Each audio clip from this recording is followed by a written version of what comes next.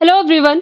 आज है 6 अगस्त और आज की इस क्लास में हम डिस्कस करेंगे 6 अगस्त से बनने वाले करंट अफेयर के सभी इंपॉर्टेंट क्वेश्चंस।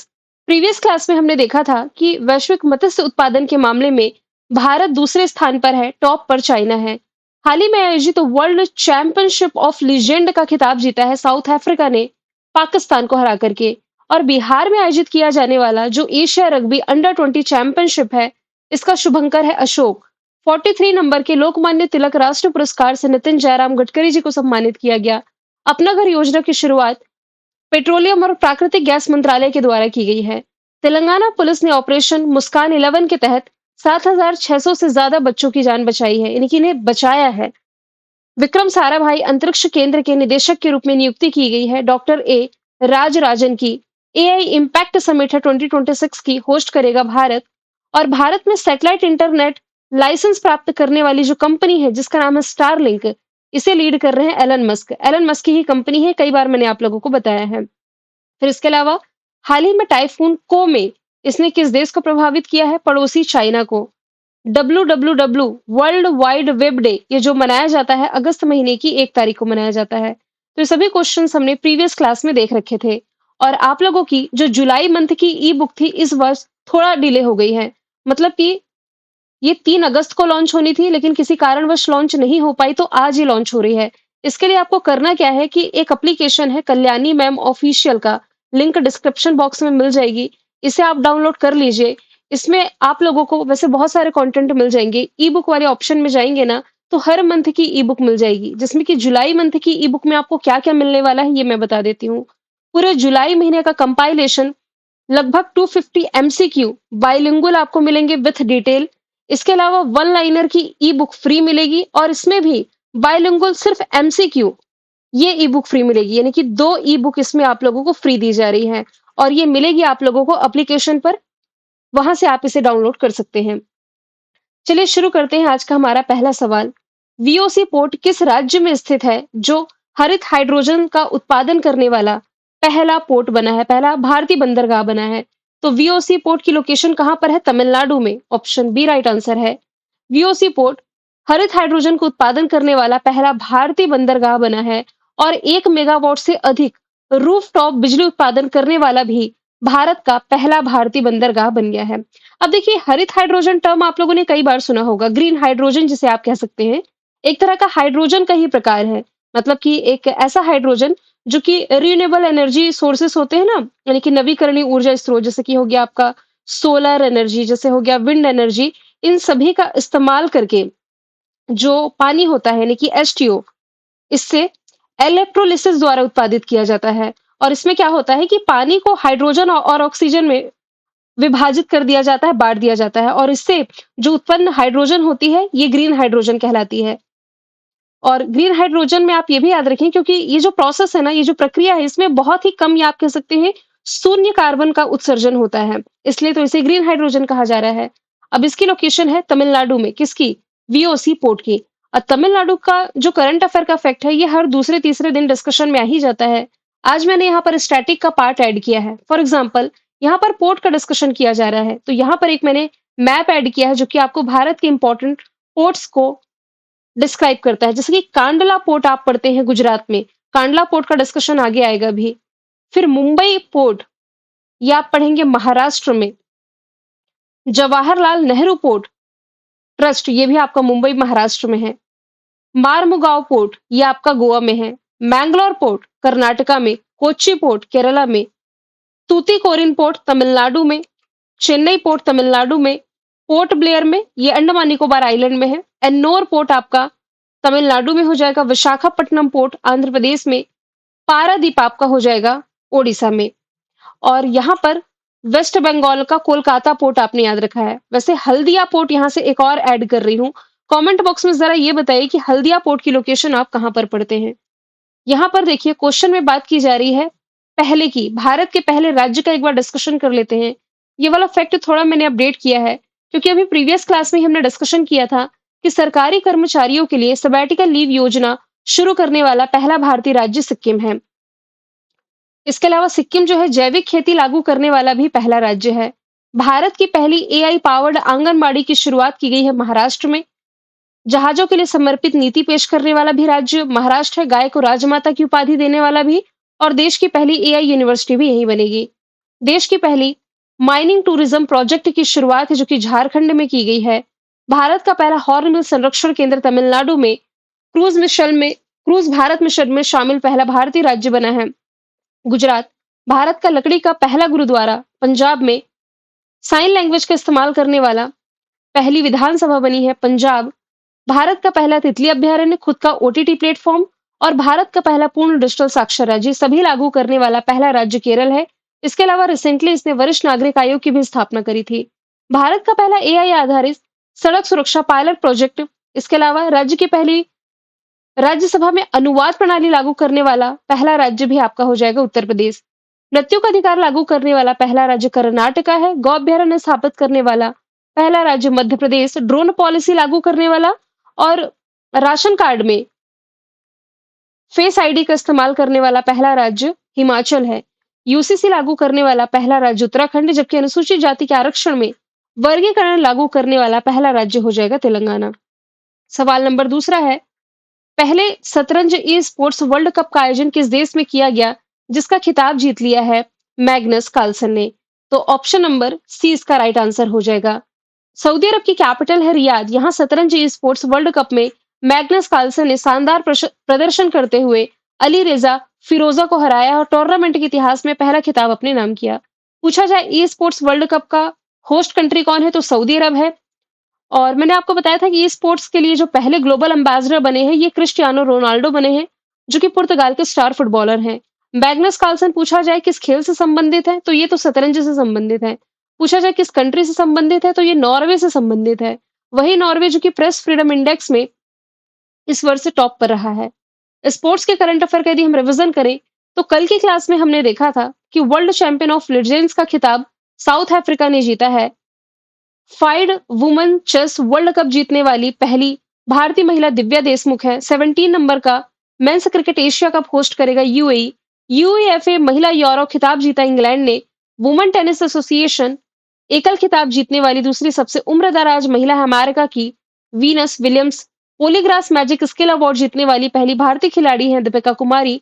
फुटबॉल का कोनका कैफ गोल्ड कप जीता है मैक्सिको ने। विंबलडन ओपन में मेन सिंगल का टाइटल जेनिक सिनर ने, वुमेन सिंगल का टाइटल ईगा स्विटेक ने। वुमेन टी20 क्रिकेट में 100 विकेट लेने वाली पहली भारतीय खिलाड़ी है दीप्ति शर्मा। और मेंस के 100 मीटर की जो दौड़ है, ये 10.2 सेकंड से भी कम समय में पूरी करने वाले भारतीय का नाम है अनिमेश कुजूर। नीरज चोपड़ा क्लासिक 25 का आयोजन किया गया बैंगलोर में। फीफा रैंकिंग में टॉप पर अर्जेंटीना है। इंडिया की रैंकिंग है 133। वैष्णवी अदकर जो है, ये वर्ल्ड यूनिवर्सिटी गेम्स में आयोजित टेनिस में पदक जीतने वाली पहली महिला खिलाड़ी बनी है। सवाल तीसरा है, शिबू सोरेन जिनका भी हाल ही में निधन हुआ, ये किस राज्य के पूर्व मुख्यमंत्री थे? तो ये झारखंड के पूर्व मुख्यमंत्री थे। 81 वर्ष की आयु में इनका निधन हुआ। यदि बात की जाए झारखंड की राजधानी रांची, मुख्यमंत्री हेमंत सोरेन, राज्यपाल संतोष गंगवार है। अभी जस्ट मैंने डिस्कशन किया कि देश की पहली माइनिंग टूरिज्म प्रोजेक्ट की शुरुआत झारखंड करने जा रहा है। यहाँ सरहुल फेस्टिवल मनाया गया। मुख्यमंत्री मैया सम्मान योजना, देश का सबसे बड़ा हाई कोर्ट, दिव्यांग विद्यार्थियों के लिए पूर्वी भारत का पहला विश्वविद्यालय यहाँ स्थापित होगा। भारत का पहला कोयला गैसीकरण पायलट प्रोजेक्ट, और रिसेंटली यहाँ पर गुटखा, निकोटीन और तंबाकू युक्त पान मसाला पर बैन लगाया गया है।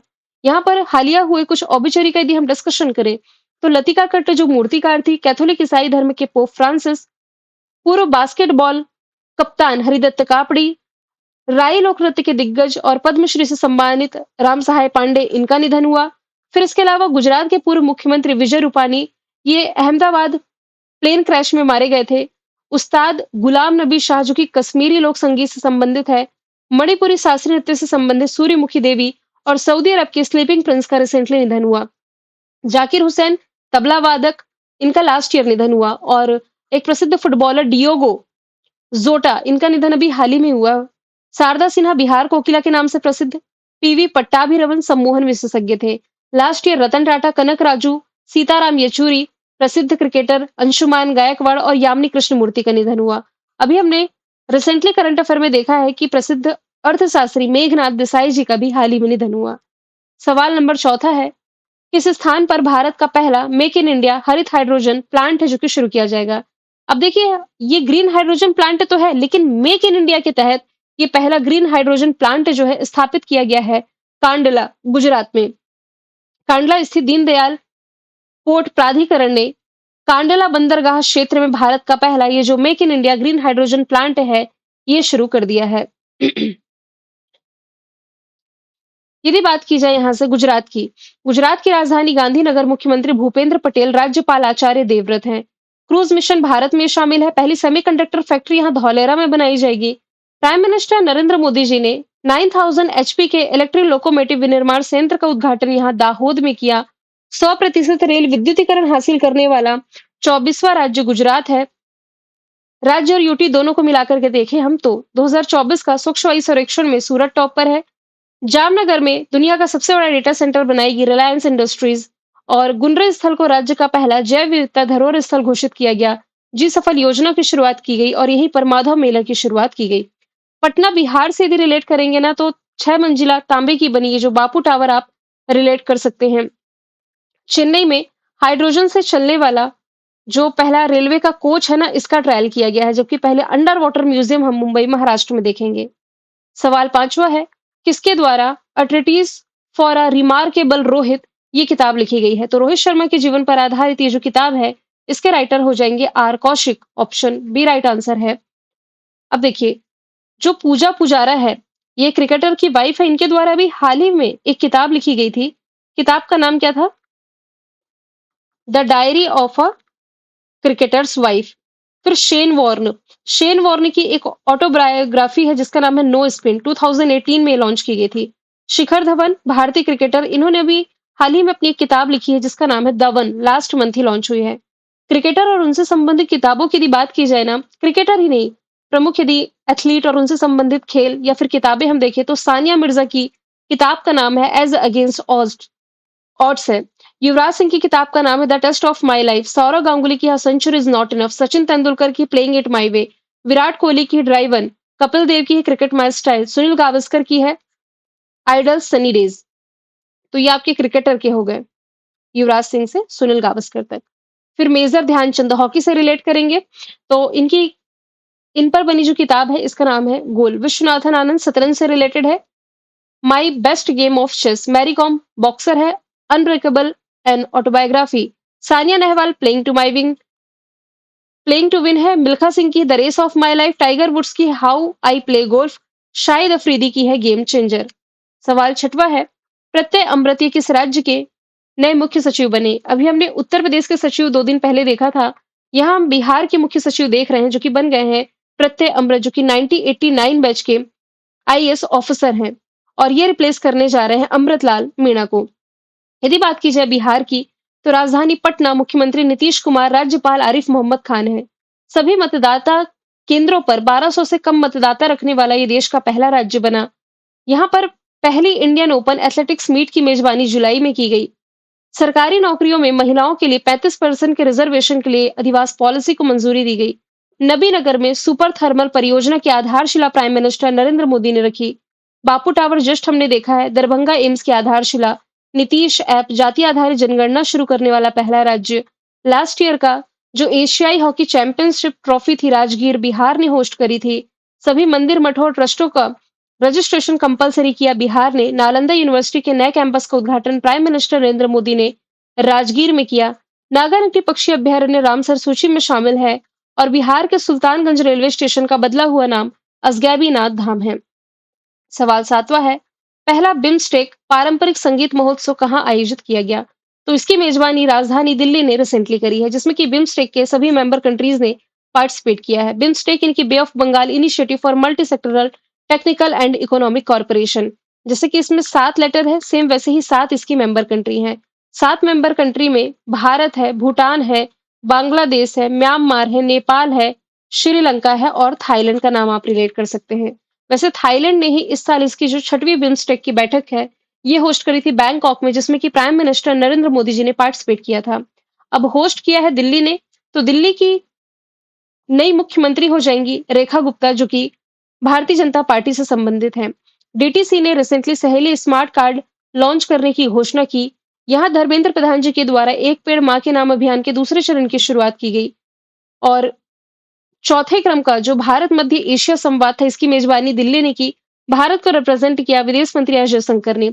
देश का पहला ई वेस्ट इको पार्क, 7वां आईएसए की बैठक, खो खो वर्ल्ड कप की मेजबानी ये 2025 जनवरी में सभी दिल्ली ने की है।